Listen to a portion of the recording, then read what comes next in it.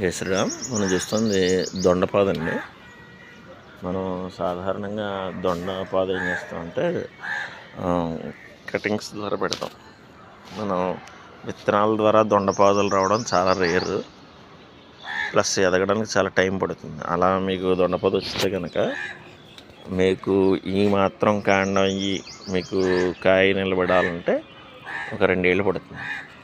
మీరు అదే ఎవరి దగ్గరైనా కటింగ్స్ తీసుకున్నారనుకోండి, ఇలా ముదిరిన కాడని ఇంకా లావు అవ్వాలి. చెప్పాలంటే ఇక్కడ మాకు పాత ఉంది చూడండి, ఇదిగోండి, ఈ మాత్రం కాడని ఒక 4-5 కడుపులని ముక్కలు కింద చేసి పెడితే కనుక ఈ కడుపు ఎక్కడైతే ప్రారంభమైందో అక్కడి నుంచి చిగురు వస్తుంది. మీకు ఉదాహరణగా ఇక్కడ చూడండి, ఇదిగోండి, కడుపుల దగ్గర నుంచి చిగుళ్ళు ప్రారంభమైంది, అలా చిగురు వస్తుంది. ఇది మా స్నేహితులు ఇచ్చిన మొక్క. ఇది ఆయన కూడా కటింగ్ ఇచ్చారు నాకు. అది ఎన్నాళ్ళకి ఎలా పెంచుకుంటూ వచ్చాను. చాలా కాయలు అయితే ఇచ్చింది, కానీ ఏదైనా ఒక మొక్క అయితే చాలదు కదా. దొండకి 4-5 మొక్కలు అయితే కనుక మనకు ఒక 1/4 కేజీ 1/2 కేజీ అలా వస్తాయి. కానీ మన ఇంట్లో పెరిగిన సైజు బాగుంటుంది మనకి బయట మార్కెట్లో కన్నా. అయితే దీన్ని మరి ఒక మొక్క అయితే సరిపోదు కాబట్టి కూరకి దీన్ని 2-3 మొక్కలుగా మనం చేసుకోవాలి. కొంచెం మొక్కని కటింగ్ చేసుకోవడం ఇబ్బందే, కానీ తప్పదు. ఇలా ముదురు కాడ వరకు కట్ చేసేసి 4-5 కాడలు కనుక మనం కటింగ్ చేసుకుని 4-5 మొక్కలు కనుక పెంచుకున్నట్లయితే అప్పుడు మీకు దానివల్ల బెనిఫిట్ ఉంటుంది. కూర వండుకోవడానికి తగ్గ కాయలు వస్తాయి. మామూలుగా దొండపాదుకి ఏమంటే మామూలు అన్ని మొక్కల్లాగే ఇది కూడా సీజన్లో ఎండిపోతుంది. కానీ పాదులకు వచ్చేటప్పటికి బీరపాదు, కాకరపాదు అన్నీ ఎండిపోయి చిగుళ్ళు చాలా తక్కువగా వచ్చి ఆశించినంత గ్రోతింగ్ ఉండదు. రెండోసారి చిగుళ్ళు వచ్చినవి. దొండకి అలా ఉండదండి. దొండకి మీరు ఎండిపోయినా మళ్ళీ అంతలాగే పుంజుకుంటుంది. చూడండి, ఇది ఎండిపోయిన మొక్కలు ఆకులవి. ఆ కాడ ఎండిపోయినా సరే కాడ మొదల నుంచి మళ్ళీ చక్కగా చిగురు వచ్చేస్తుంది. గమనించండి, ఇదంతా ఎండిపోయింది. మనం మామూలుగా ఎండిపోయిన పాదులు తీసేయడే బెస్ట్, వేరే మొక్కలు వేసుకోవాలి. దొండకి ఆ ఇబ్బంది అక్కర్లేదు. చూడండి, ఇదంతా ఎండిపోయిన పాదే, కానీ మళ్ళీ చిగురు పట్టేసింది. చూడండి, మీరు ఎప్పుడు కూడా ఈ బాగా ఆకులు ఎండిపోయి సన్నగా కాడైపోతే తీసేయచ్చండి, ఇది అక్కర్లేదు. దీనివల్ల మొక్క ఎనర్జీ కూడా వేస్ట్ అని చెప్పి ఇలాంటివి తీసేయచ్చు.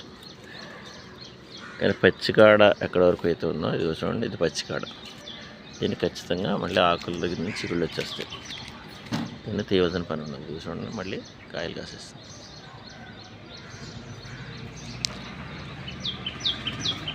దీనికి కటింగ్స్ పెద్ద అవసరం లేదు. ఇదిగోండి, చూడండి, మళ్ళీ కాడ దగ్గర నుంచి కాయలు వచ్చేస్తాయి.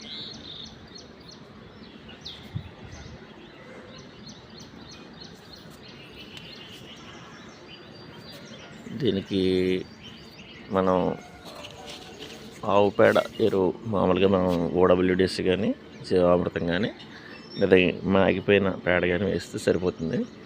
బాగా చిగురులు వస్తాయి. మనకి నైట్రోజన్ ఎక్కువగా ఉన్న మొక్కలకి నైట్రోజన్ ఎక్కువగా ఉన్నవి ఇస్తే కనుక ఆకులు చిగుర్లు బాగా వస్తాయి. ఈ పూత దశలో ఉన్నప్పుడు మనం ఫ్రూట్ ఫెర్మెంటేషన్ అని మనం పళ్ళ తొక్కలతో కానీ లేదా పాడైపోయిన పళ్ళు ఉంటే కానీ ఇవన్నీ కూడా మనం నీళ్ళల్లో పెట్టి ఒక 2-3 రోజులు బాగా ఫెర్మెంటేషన్ అయిన వరకు, అంటే బాగా కొళ్ళాలి. ఆ నీళ్ళలో కుళ్ళిన తర్వాత ఆ లిక్విడ్ తీసుకుని దాన్ని మళ్ళీ ఒక లీటర్కి ఒక 4 లీటర్లలో పలచగా కలుపుకొని కనుక మొక్కలు వేసుకున్నట్లయితే బాగా పనిచేస్తుంది. పూత నిలబడడం, అలాగే కాయలు బాగా కాయడానికి ఉపయోగపడుతుంది. అలాగే పిందె రాలకుండా, అలాగే పిందె మీద ఏగా అది ఆశించకుండా ఉండడం కోసం మనం వేప నూనెని స్ప్రే చేయాల్సి వస్తుంది.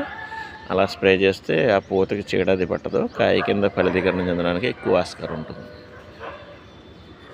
ఇది దొండపాదు చరిత్ర అండి. మీకు కటింగ్స్ ఎక్కడైనా దొరికితే తెచ్చుకొని కాడ ముదిరే వరకు వెయిట్ చేయండి. కాడ ముదిరిన తర్వాత చెట్టు మనం కట్ చేయడానికి బాధగా ఉన్నా కూడా, అంటే మరి పైన పాదు ఉంటుంది, అదంతా నష్టమే అనుకుంటాం, కానీ నిజానికి ఆ పరిస్థితుల్లో కటింగ్ చేయాలి తప్పదు. అలా కటింగ్ చేసి కనుక 4-5 కాళ్ళు మనం పెట్టుకున్నట్లయితే మీకు 4 పాదులు 5 పాదులు ఎక్కించుకున్నట్లయితే మీకు దొండ విస్తారంగా పెరుగుతుంది, కాయలు బాగా వస్తాయి.